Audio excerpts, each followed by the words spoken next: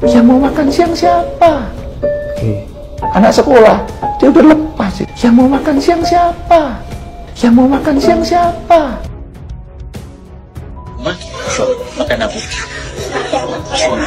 Nasi sama garam. Bapaknya kerja di mana? Ronsokan juga. Ingat bapaknya nggak tahu namanya. Ingat kenapa? Kenapa diingat namanya bapaknya? Mama sama tidak makan. Mama sama papanya nggak pernah makan di rumah. Wow.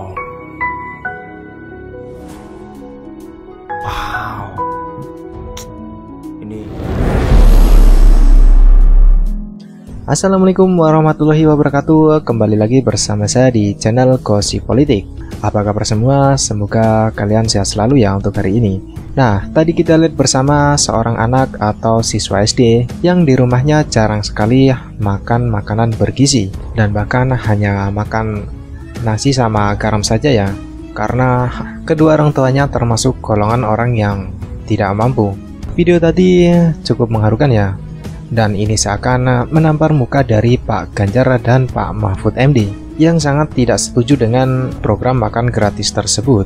Sekarang kita sudah tahulah manfaat makan gratis dan bergizi tersebut, walaupun kelihatannya terlihat sepele.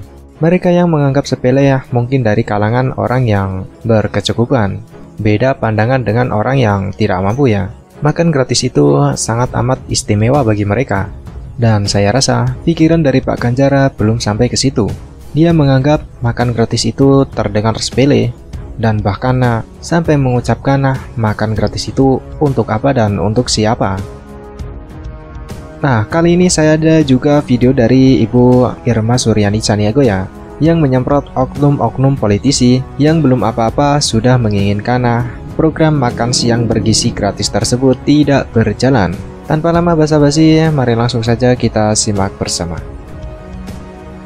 Assalamualaikum warahmatullahi wabarakatuh. Pemirsa di seluruh Indonesia, bertemu kembali dengan saya di Irma Suryani Bicara. Kali ini saya ingin menyampaikan kepada kita semua bahwa makan bergizi gratis sekali lagi adalah makan sehat, bukan makan kenyang. Itu yang pertama. Yang kedua, saya mengomentari juga ada beberapa oknum-oknum politisi yang belum apa-apa sudah seolah-olah ingin agar program ini tuh tidak berhasil gitu ya, dengan menyampaikan bahwa anggarannya begini, begini gitu kan.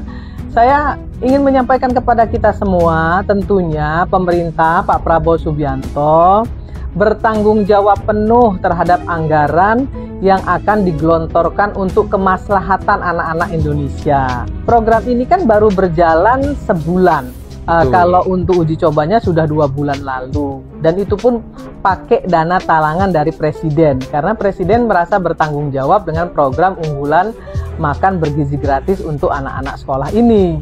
Saya heran ya ketika misalnya ada politisi, ada oknum-oknum yang selalu nyinyir gitu ya.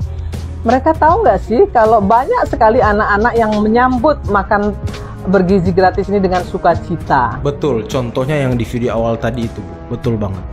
Kalau ada rasa yang kurang, kemudian variasi menu yang kurang, kemudian ada yang basi, itu hal-hal yang bisa diperbaiki. Saya pribadi sudah menyampaikan kepada Badan Gizi Nasional untuk kemudian diperbaiki gitu. Jangan hal-hal kecil kemudian di-upload, di-share. Nah, saya juga merasa miris ketika misalnya ada anak yang mendapatkan ayam tapi ternyata itu lengkuas gitu. Itu kan bisa saja merupakan kesalahan manusia.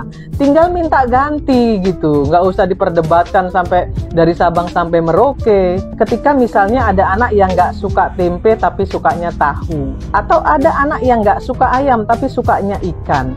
Nah kan catering nggak bisa menyediakan satu-satu kesukaan anak-anak untuk dalam mengkonsumsi makanan. Nah kalau hari ini dia nggak suka makan ayam, ya dia makan yang lain. Nah mudah-mudahan besok dia ketemu dengan ikan gitu.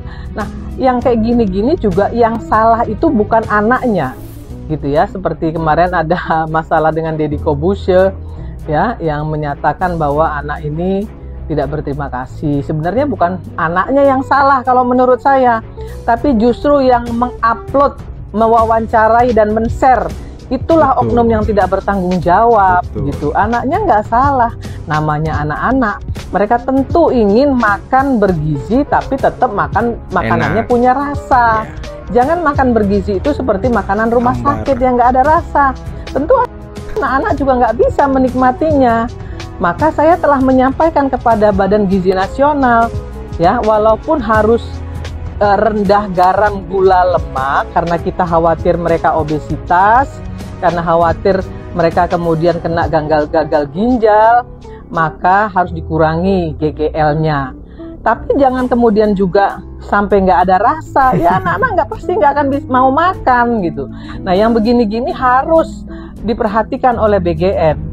Dan yang kedua, program ini nggak gampang, sulit sensitif, karena ini makanan gitu. Tapi juga jangan kemudian kita pesimis, ya. Kita harus tetap optimis. Jadi kontrolnya harus diperketat, ya. Kemudian gizinya juga harus ditingkatkan. Nah, kemudian kebersihannya juga harus dikontrol. Dan satu lagi yang saya ingin sampaikan, fraud. Jangan pernah ada korupsi dan jangan pernah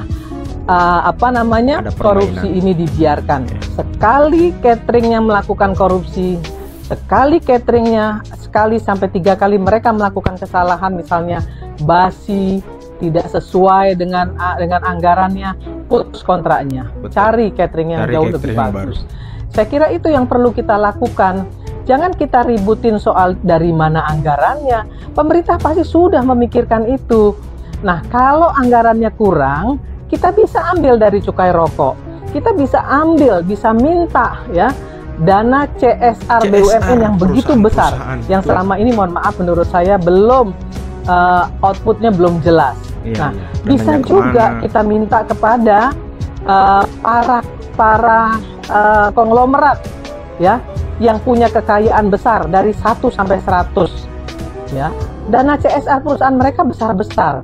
Kenapa mereka tidak bisa ya memiliki rasa tanggung jawab terhadap bangsa dan negara ini, menyisihkan dana CSR-nya untuk membantu makan siang gratis ini? Betul banget. Nggak ada masalah.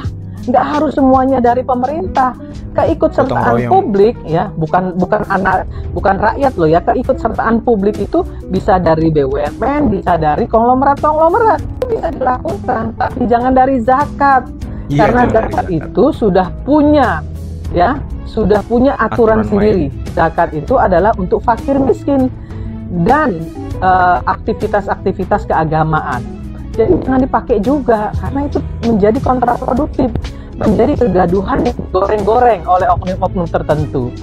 Apapun yang dilakukan pemerintah kita support, kita kawal anggarannya, kita kritisi programnya, dan kita awasi anggarannya agar jangan sampai dikorupsi. Makan bergizi baru mulai. Betul.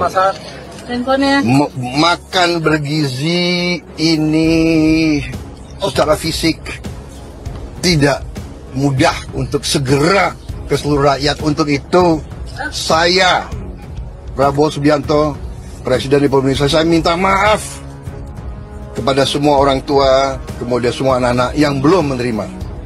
Tapi saya yakini bahwa tahun 2025, akhir 2025, semua anak Indonesia akan dapat makan bergizi.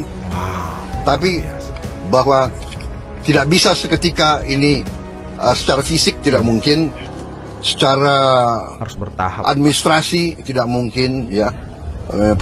Proses mengamankan supaya uang yang dikirim tidak hilang, itu ada proses yang harus kita laksanakan. Dan untuk itu membutuhkan waktu. Tapi saya beri penekanan, diupayakan cari cara yang terbaik, tercepat, supaya semua anak-anak kita bisa merasakan. Tapi kalau belum merasakan, saya minta maaf. Tapi insya Allah akhir 2025 ini ini proyek yang sangat besar, tidak ringan, fisiknya tidak ringan. Tapi saya jamin dananya ada, ya. saya jamin dananya ada untuk semua anak-anak Indonesia makan. Dan yang sudah tidak perlu makan ya nggak apa-apa, beri jatahnya kepada yang perlu. Ya, itu kemudian itu pertama. Dan kedua, saya minta semua guru-guru tolong. Saya sangat menghargai, tapi tidak perlu jangan ucapkan terima kasih kepada Prabowo. Jangan ucapkan terima kasih kepada Pak Prabowo. Ini kewajiban saya sebagai presiden. Ini kewajiban saya. Jadi tidak perlu ucapan terima kasih kepada saya. Anak-anak diajarkan hormati orang tua, hormati guru, kemudian belajar dengan baik.